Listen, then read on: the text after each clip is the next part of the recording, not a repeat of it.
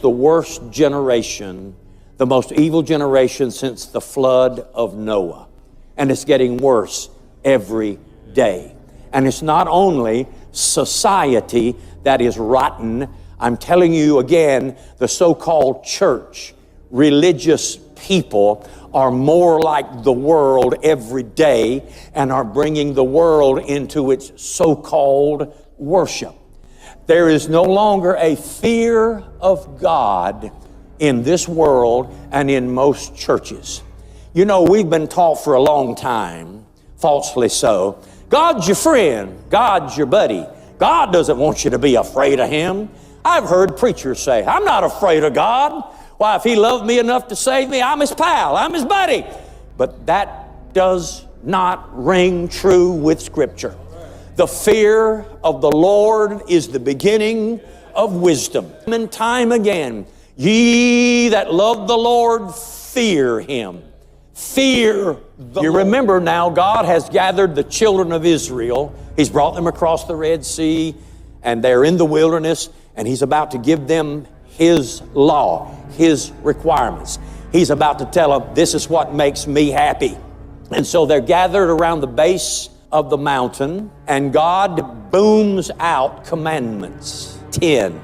And it is such a frightful thing. As soon as He finishes number 10, that mountain is on fire. Smoke is billowing out of it.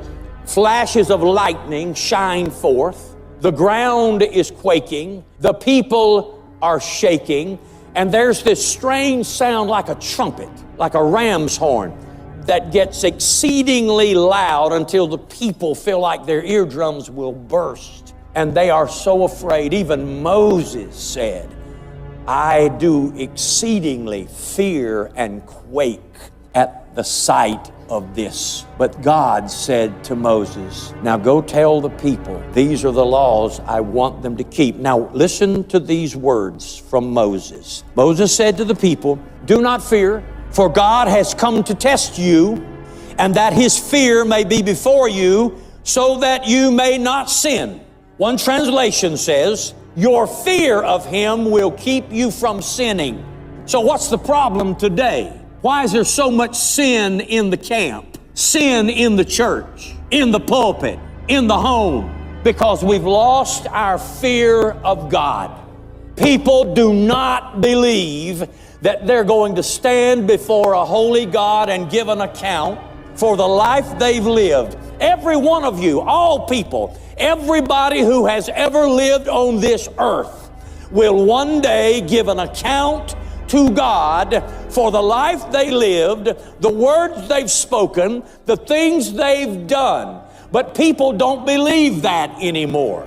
That's why they sin so regularly and frivolously. They don't fear God.